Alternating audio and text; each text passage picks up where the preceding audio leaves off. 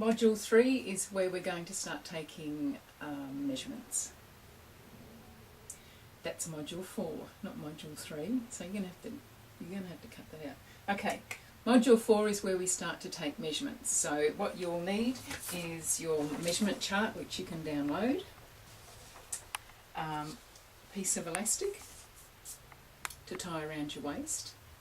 Also, I want you to wear a close-fitting t-shirt so that it shows all your bits and pieces without excess fabric, and it also shows you where your armhole comes, so that it's a guideline for where you need to take your cross-chest measurement. So, and also you will need tape measure. Okay, let's start. We'll start with the first one, and that's your bust. So you can either do it in centimetres or inches. Either way doesn't matter. So you do it around the fullest part of your bust, across the back. Don't do it tight. Make sure you've got a thumb. You can put a thumb behind. If it's too tight, you can tell. That's too tight. It's squishing everything in. So, and write that down in the body measurement column. Next is the waist. What you do, I want you to tie the elastic around your waist. And that's a guideline to take your waist measurement, but also too for the front length measurement.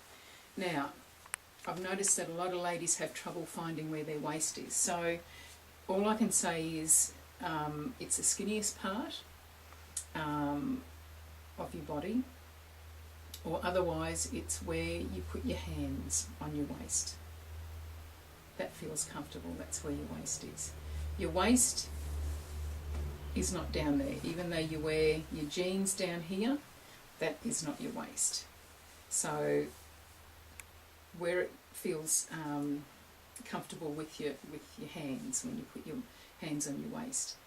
If you're used to wearing everything below the navel, that's going to feel as though it's really high and unnatural, but believe me, that is where your waist is. And my navel is here, so it's probably about half an inch, centimetre above the navel. So, and it should be horizontal around the back. Okay, so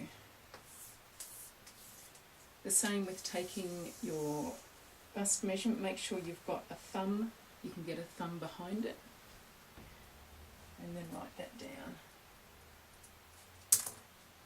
The next measurement is the high hip, but I don't think we need it for this because we've got a gathered pleated skirt, so it's quite full, so you probably don't need your high hip.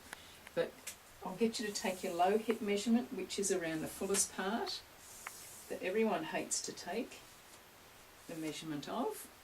So it's around the fullest part of your bottom, your hip, where all the bits stick out. Make sure you can get your thumb behind it, and then write that one down.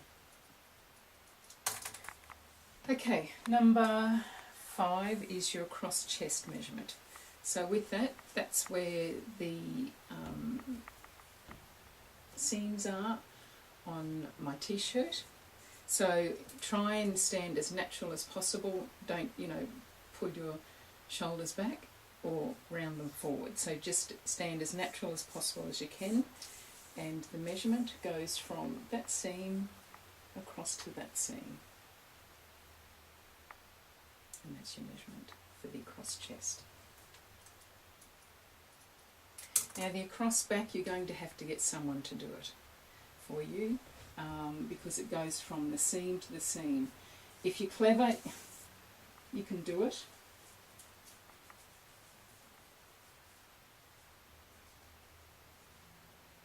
Even I find that hard to do. So you'll probably need to get someone to do that for you.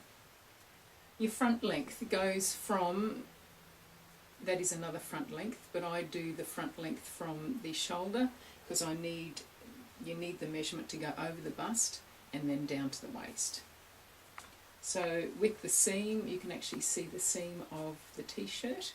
If you put your tape measure on that, go over the bust point and then down to the waist, and that's your front length measurement.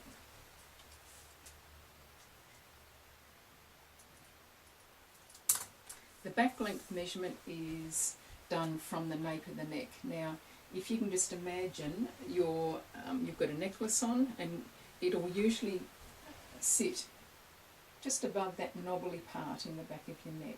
So if you start there, then go down to where the elastic is. Okay, that's your back length. Now, your skirt length. Turn your tape measure upside down, I think, and start from the waist where the desired length you would like, and I think hold the tape measure sort of halfway down, and then you can see where you want it to go, either below the knee, above the knee, whatever. Oh, you just got a message. Yes, I think if you do it the other way is a little bit harder because you have to bend forward, and then that's not going to be a true measurement.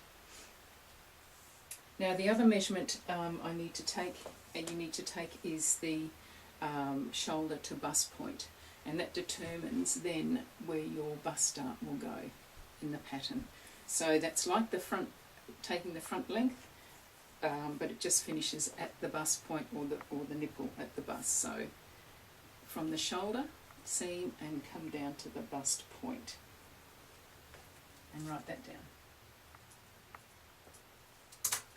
Okay, that's it for your measurements. Next we're going to be fixing up the pattern to make it fit you. So I'll see you in the next module.